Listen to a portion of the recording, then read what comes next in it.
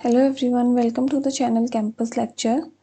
तो in this channel जो भी स्टूडेंट्स अभी ग्रेजुएशन में हैं, जो भी बीएससी कर रहे हैं through a chemistry as a subject, तो ये चैनल उनके लिए बहुत ज़्यादा बेनिफिशियल है। इस चैनल में हम कंप्लीट केमिस्ट्री पढ़ेंगे जो कि हमारी ग्रेजुएशन में एज अ सब्जेक्ट है। तो आज मैं पहला लेक्चर शुरू कर रही हूँ। तो पहला lecture for the BSc first semester जो कि एटॉमिक स्ट्रक्चर, तो इसको हम 2 या 3 पार्ट में डिवाइड करेंगे। तो जितनी भी स्टेट यूनिवर्सिटीज़ हैं या फिर सेंट्रल यूनिवर्सिटीज़ हैं, ऑलमोस्ट सबका सिलेबस सेम ही होता है। तो यहाँ पे आपको कंप्लीट लेक्चर प्लस नोट्स मिल जाएंगे। जिनको नोट्स राइट डाउन करने हैं वो नोट्स राइट डाउन कर सकते हैं। बाकी जिनको समझना है, जो कुछ सीखने के लिए आए हैं, वो कुछ सीख भी सकते हैं। तो शुरू करते हैं। तो इसमें हम पहले लेक्चर में 2-3 टॉपिक कवर करेंगे। तो सबसे पहला टॉपिक है ड्यूल कैरेक्टर ऑफ मैटर। सबसे पहले हम इसको कवर करते हैं। तो पहला टॉपिक है डी ब्रोगलीज मैटर वेव, जो ड्यूल नेचर ऑफ मैटर है।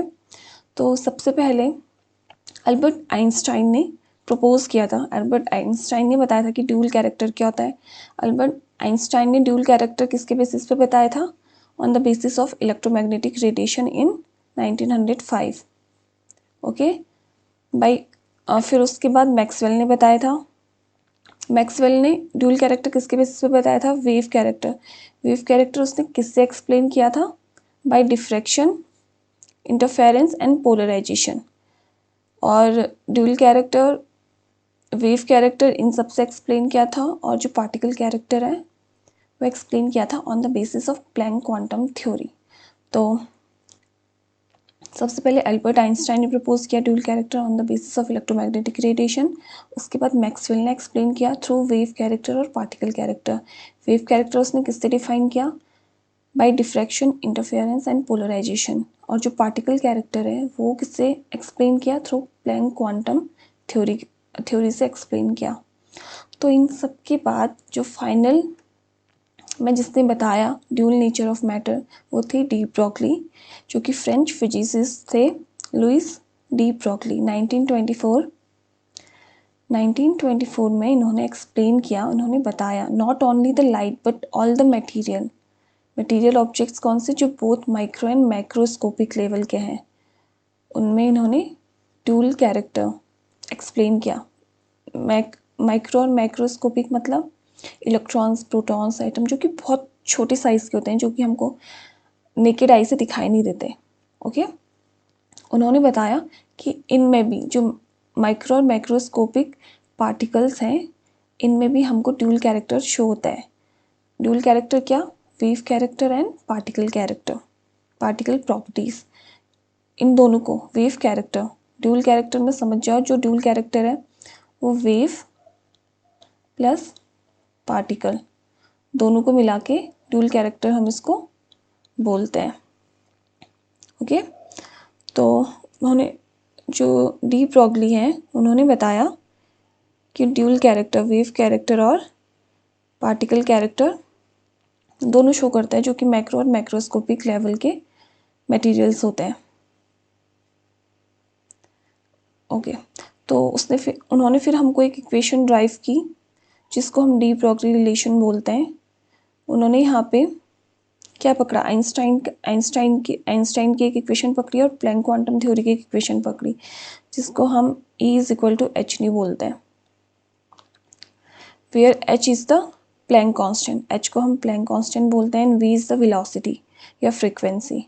तो v को हम कैसे और एक्सप्लेन करते हैं? v=c/λ। ओके, और हम इसको लिख सकते हैं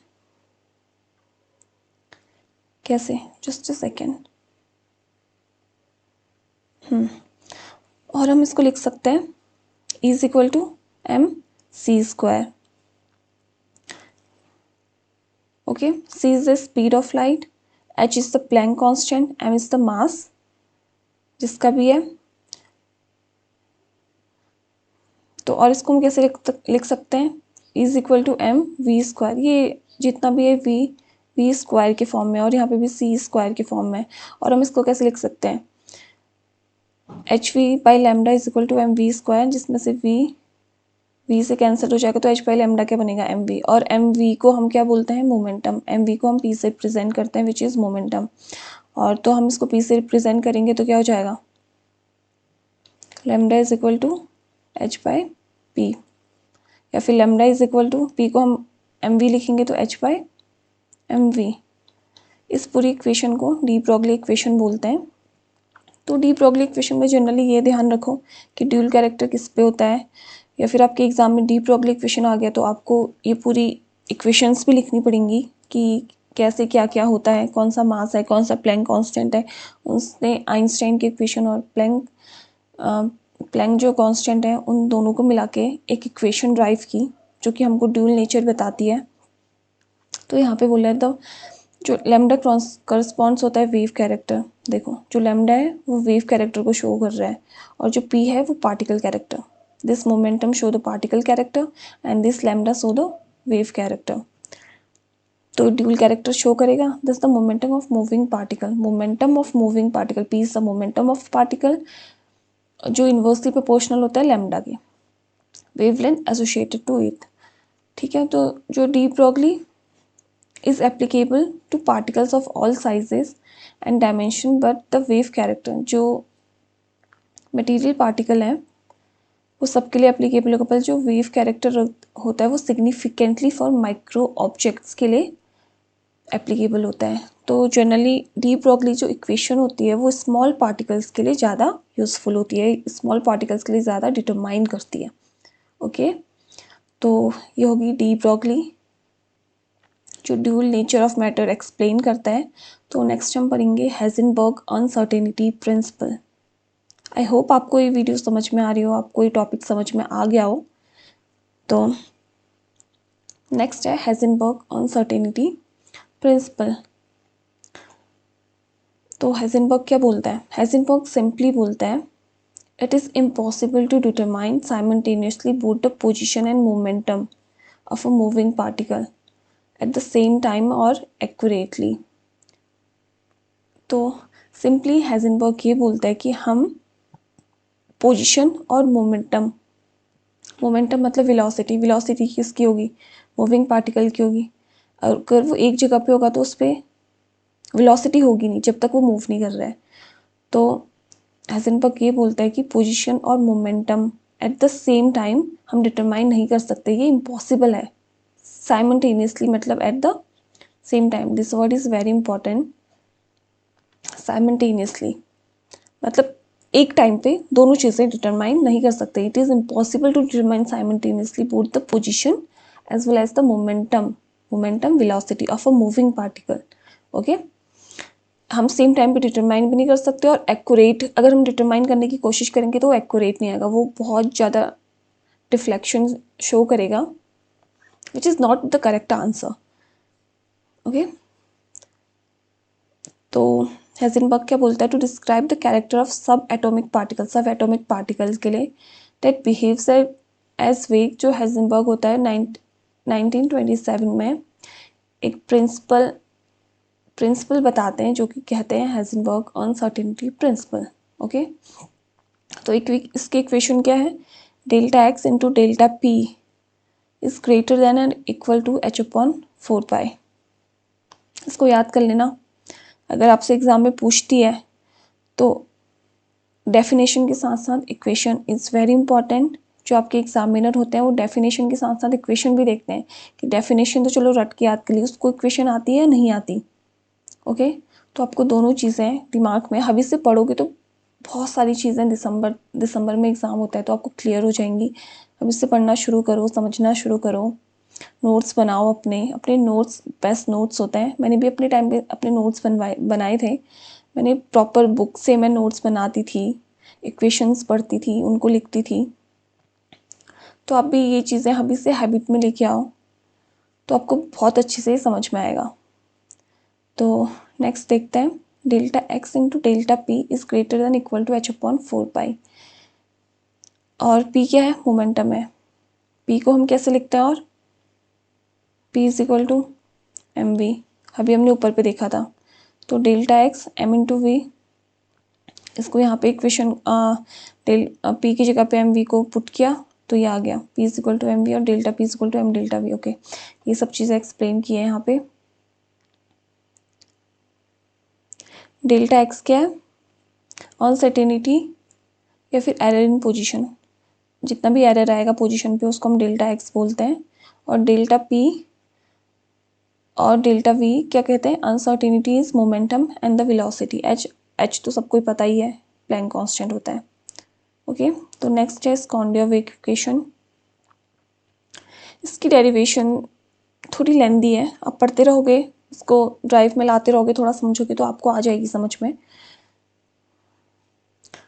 तो स्कॉन्डियर वेव इक्वेशन क्या बोलते हैं? From the uncertainty principle it has been concluded that exact position and exact momentum और वेलोसिटी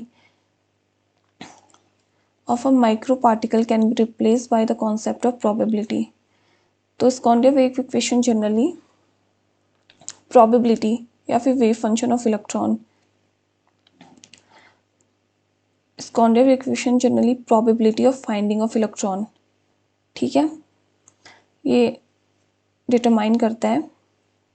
देखो, there is a probability of finding of particle, finding it in a particular region of a space and in a particular direction. For an electron in an atom we can say, देखो स्कॉन्डियर wave equation क्या है? Probability of finding it in a particle, region और space और in a particular direction. ये particular region और particular direction में find करने की टेंडेंसी या प्रोबेबिलिटी को हम स्कॉन्डियर वेव इक्वेशन से डिटरमाइन करते हैं, except s electron. To describe the wave motion of electron in hydrogen atom, Scondier in 1927 combined the de Broglie relation of wavelength of a particle.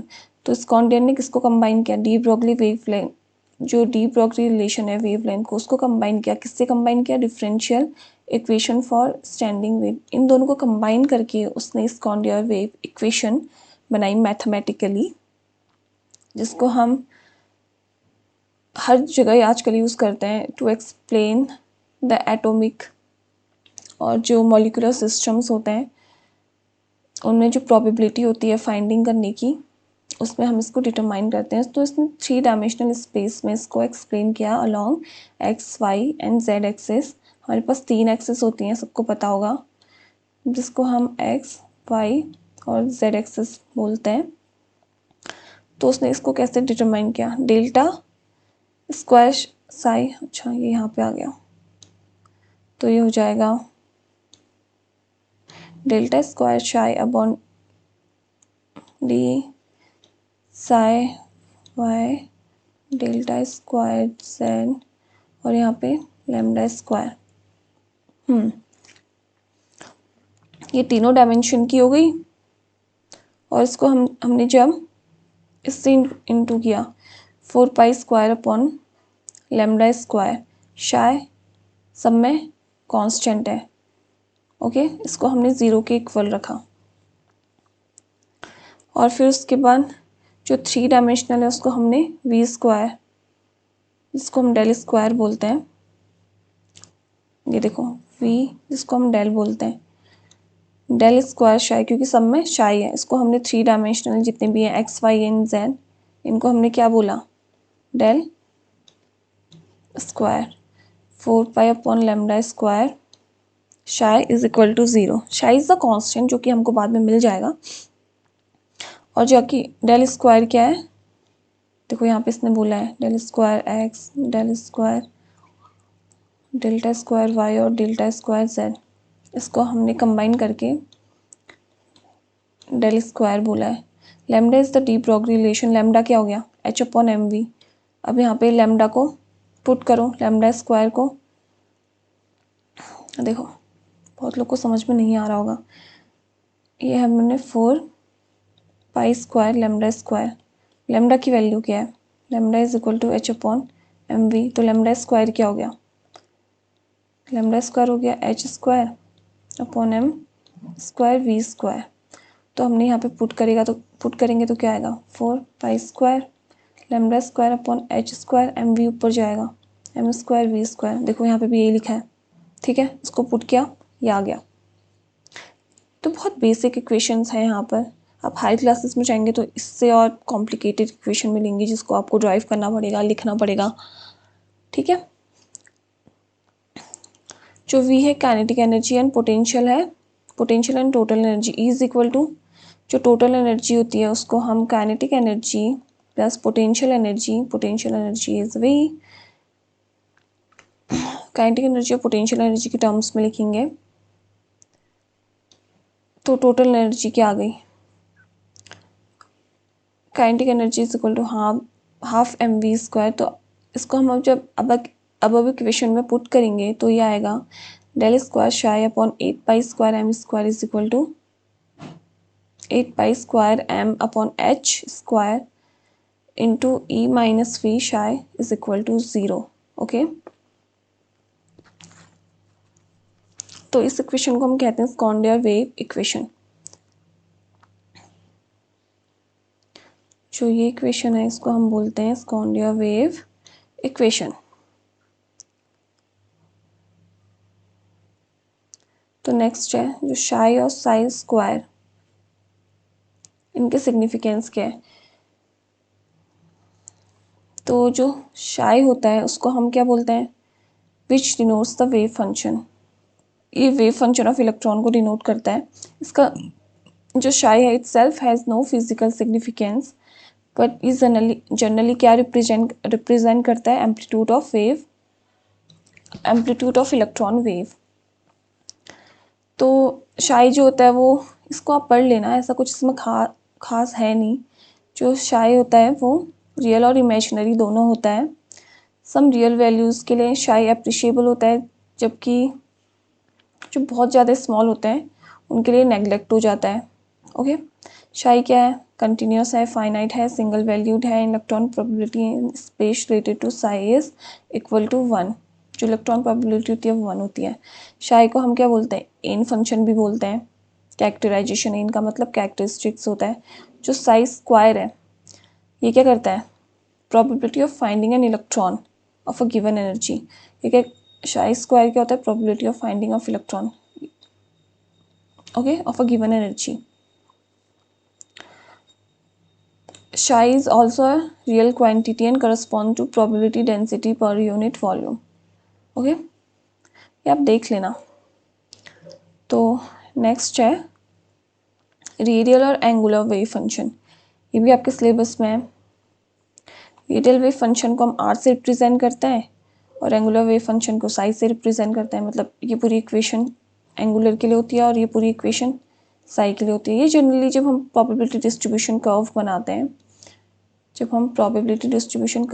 हैं, वहाँ पे helpful करते हैं। उसमें हम रेडियल पार्ट और एंगुलर पार्ट दोनों रिप्रेजेंट करते हैं। तो देखो R is the radial wave function, R को हम रेडियल वेव फंक्शन बोलते हैं। Okay, therefore R deal with the distribution of electron, ये इलेक्ट्रॉन के distribution of electron charge density as a function of distance from the nucleus, इस पे होता है। देखो आर किस पे डिपेंड करती है, 2 quantum number that in an और एल। ये हम नेक्स्ट वीडियो में कवर करेंगे, एन क्या होता है, एल क्या होता है। मैं जनरली बता देती हूँ, एन को हम प्रिंसिपल क्वांटम नंबर बोलते हैं, एल को हम एजुमिंथल क्वांटम नंबर बोलते हैं। ओके, ये इस पे डिपेंड करती है। और जो एंगुलर वेव फंक्शन होता है जिसको हम शाई बोलते हैं, वो किस पे डिपेंड करता है, देखो ये भी डिपेंड करता है, ये एन इज परमिटेड, ये एम में भी डिपेंड करता है, एन और एल के साथ principal quantum number, azimuthal quantum number and magnetic quantum number, 3 quantum numbers पे डिपेंड करता है। ओके, अब हम प्रोबेबिलिटी डिस्ट्रीब्यूशन कर्व करते हैं, जो कि इस लेक्चर का लास्ट टॉपिक है। बाकी के टॉपिक हम एटॉमिक स्ट्रक्चर के नेक्स्ट वीडियो में कवर करेंगे। प्रोबेबिलिटी डिस्ट्रीब्यूशन कर्व जनरली बोलता है, क्या बोलता है, इलेक्ट्रॉन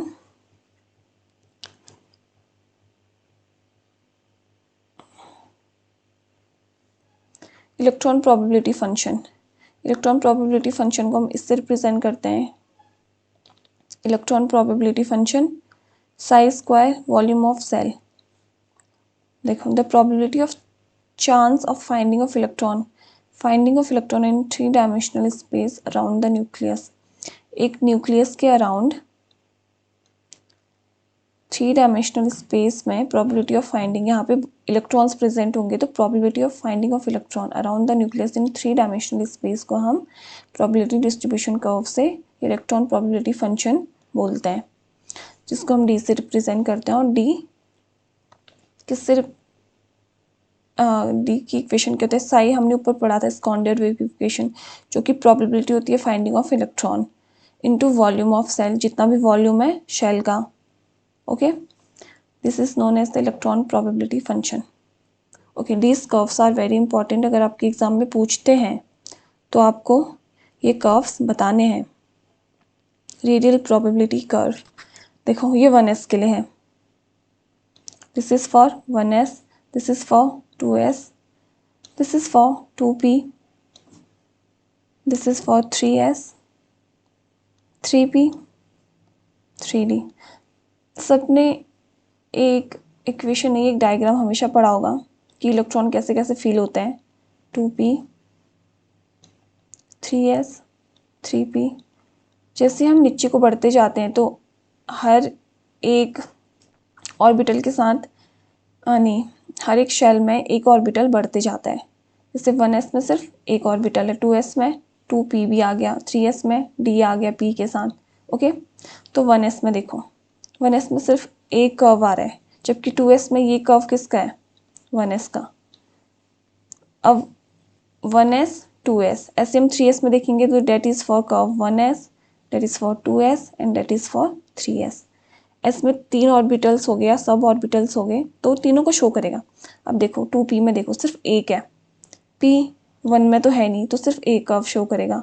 अब जैसे हम 3p में एंटर किए वो तो एक छोटा सा कर्व 2p का भी शो करेगा, क्योंकि उसमें 2 कर्व आ गए। अब जैसे 3d में एक सिंगल कर्व शो करेगा। अब जैसे हम 4d में जाएंगे तो वो 3d का भी शो करेगा। ओके, तो these are the radial probability distribution curve, जिसमें ये रिप्रेजेंट है रेडियल पार्ट और ये रिप्रेजेंट है एंगुलर पार्ट। ओके, अब हम इसका सिग्निफिकेंस होगा। सिग्निफिकेंस आप देख लोगे, ऐसा कुछ इसमें खास नहीं है। इसमें रेडियल नोट्स हैं। रेडियल नोट्स का जो इक्वेशन होती है, जो नोट्स हम करते हैं n-l-1, तो n की वैल्यू फॉर s, जो ये आउटर ऑर्बिटल होता है इसको हम n से रिप्रेजेंट करते हैं। तो 1s के लिए n की जो वैल्यू होती है वो 1 हो गई, 2s के लिए 2 हो गई, 3s के लिए 3 हो गई, या 3p के लिए भी क्या हो गई, 3 हो गई। और जो l की वैल्यू है वो s के लिए 0 होती है, s p के लिए 1 होती है, d के लिए 2 होती है।